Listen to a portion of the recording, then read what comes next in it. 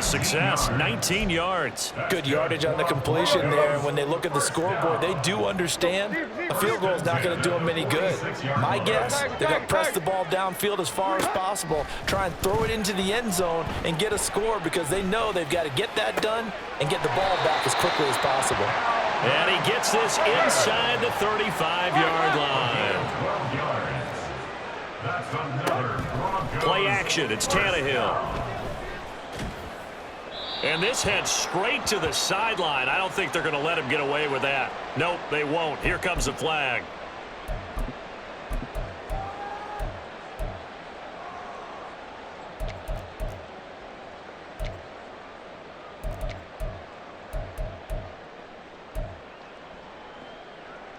They lose the yardage, and of course they also lose the down on the grounding call, and it's quickly 2nd and long. Now Tannehill. Over the middle, complete. That's Schultz. Give him 23 yards on the pickup. And now 1 yard to go on 3rd down. Off play action, Tannehill.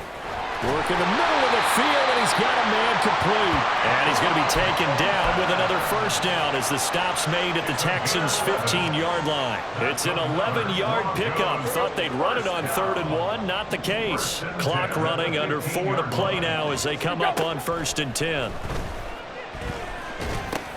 Meanwhile, Tannehill's throw taken in by Thornton. And all the way down inside the 5 to the 4. 1st and goal, and they got to be thinking a chance to get right back into this football game. To the air again, Tannehill. Feeling the pressure here and taken down. A sack back at the 7.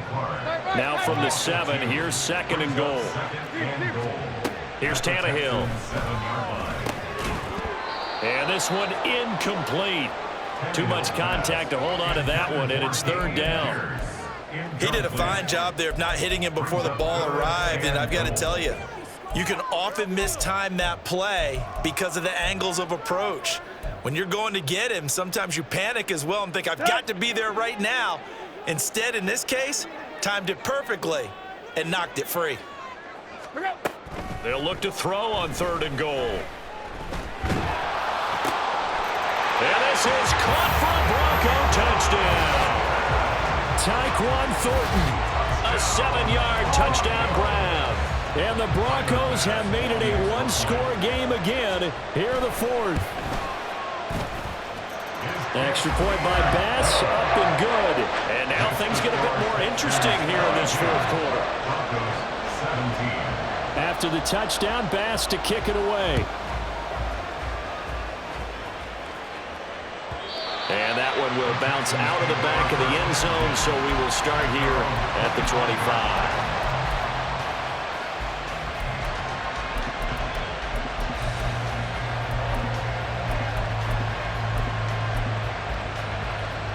Here we go. The Texans offense ready to go here for their next drive. And this a very important drive leading in the 4th quarter of this wild card game. But this one far from over as they start out here 1st down.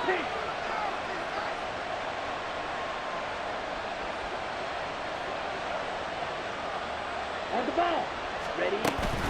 They'll try and wind down some clock with Chubb. But I think this defense knew what was coming as he is smothered behind the line. Officially, it's a 1-yard loss. That's going to bring up 2nd and 11.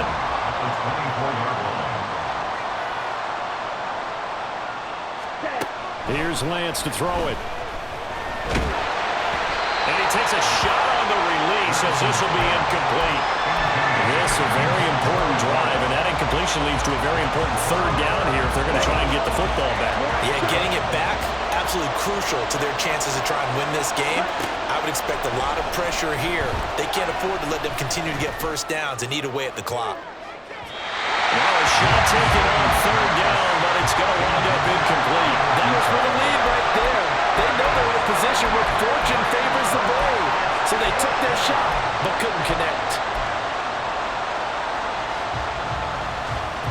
And here's a big one now. Trying to hold this lead. They're going to go for it here on 4th down.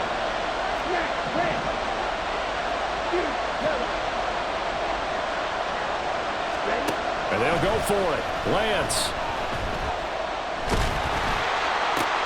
Now look at this. They get the turnover they needed. It's intercepted. And he takes this one back into the end zone.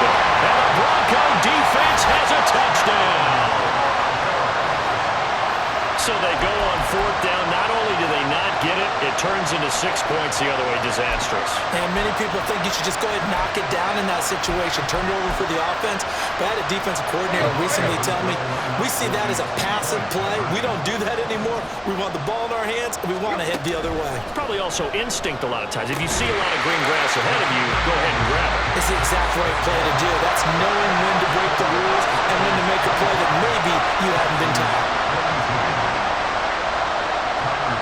So they throw the pick six. They'll get another shot at it now as this one's in the air. And this will be returned from deep in the end zone. And he'll be dropped at the 21-yard line. So bringing it out of the end zone proves not a good decision. Loses him about 4 yards. Here we go. Here's first and 10. Lance going back to the air after the pick six. Going out wide, finds Chubb. And he's going to have a first down on a gain of about 10, and that'll take us to the 2-minute warning. Come on, set.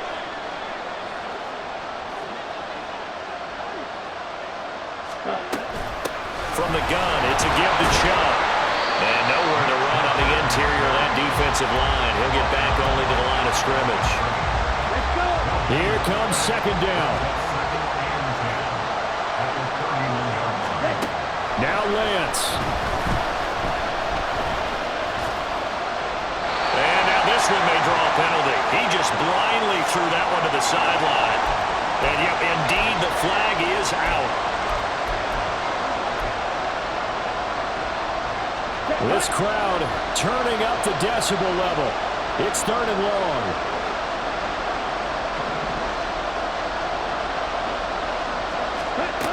Lance back to throw.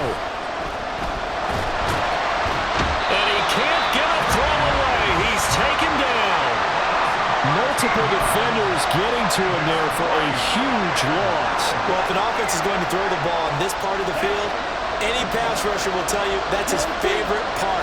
Gets a chance to get after the quarterback. It's almost like a reverse red zone.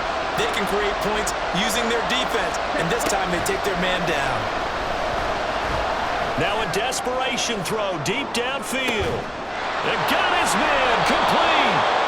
And he is going to have a Texans first down on what will be a big play there on 4th and long. Oh, what a time for the defense to go missing in action. How do you allow a play like that on 4th down? That lets them right back into the ball game. Now the Texans will burn the first of their timeouts as they get it with 16 seconds remaining on the clock.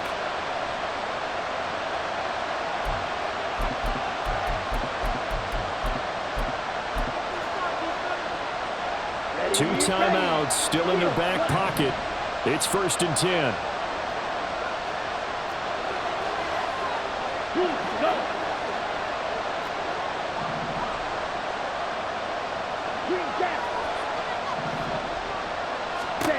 Here's Lance. And that's going to be incomplete. 12 seconds left. And not a common sight, at least on this drive. A momentary setback, though, for this passing game that has been moving well this series. Good thing for them, though. Still 2 more downs to connect and try to pick up another first down.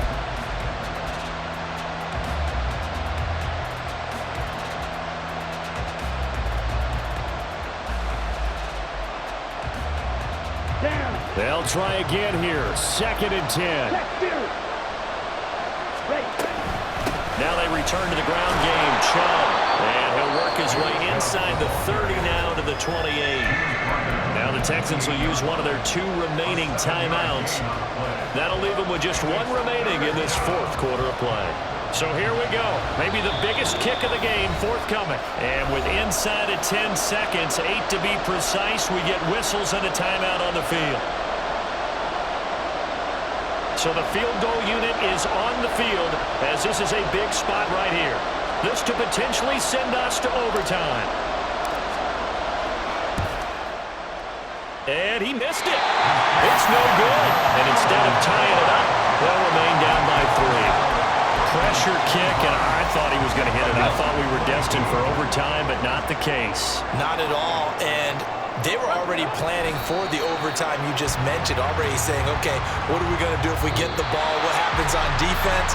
Instead of that celebration and that little bit of euphoria, it turned into letdown city. The Broncos going to continue on as we say so long, everybody, and thanks for watching.